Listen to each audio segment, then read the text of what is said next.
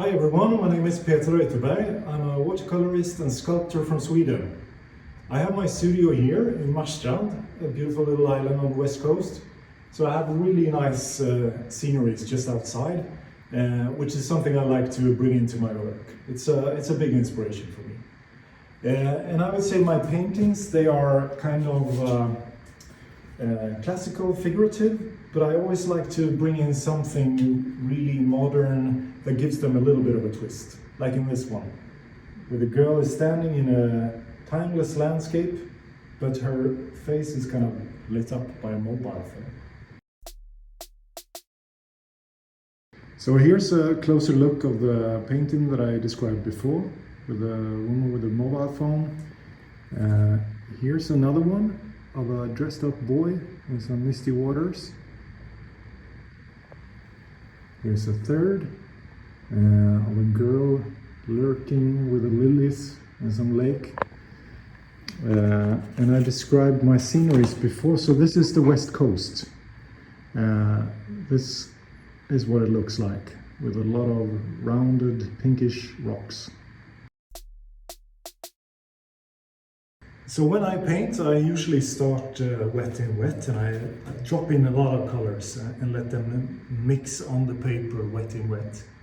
And I then start layering, adding more and more details to sharpen up and give some areas in a painting more focus and let others be more, say, blurred.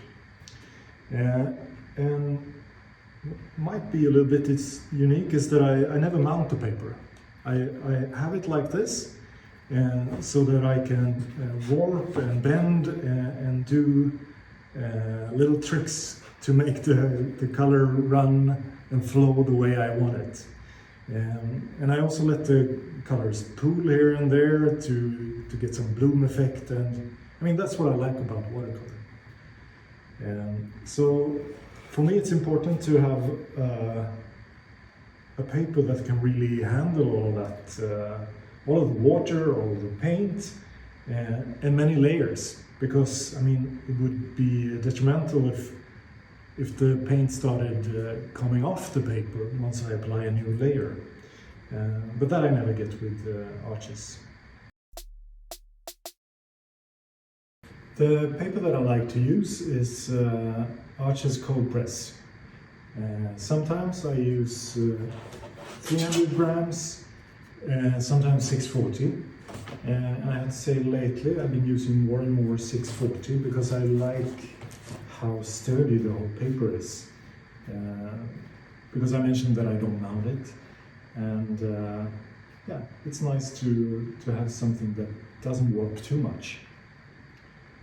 I have to also mention that one part of not mounting the paper is that I love the beautiful edge on ARCHES paper.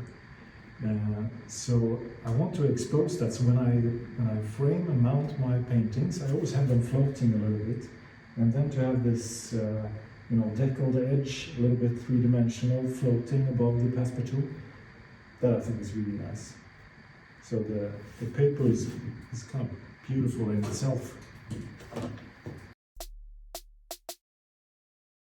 To me, craftsmanship is really important.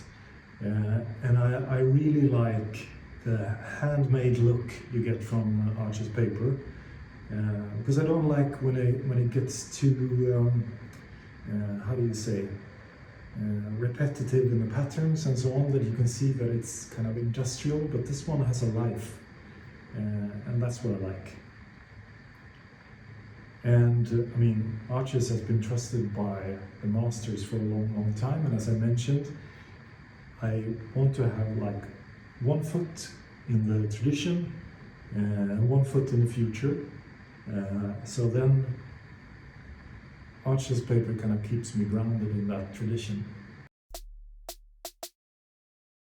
Sometimes the drawing of my painting takes a lot of time, and I would hate to have spent all that time doing the drawing correct and then to find out that the paper doesn't meet the standard. So it's really important for me that the paper is consistent and trustworthy. So I think I would say trustworthy.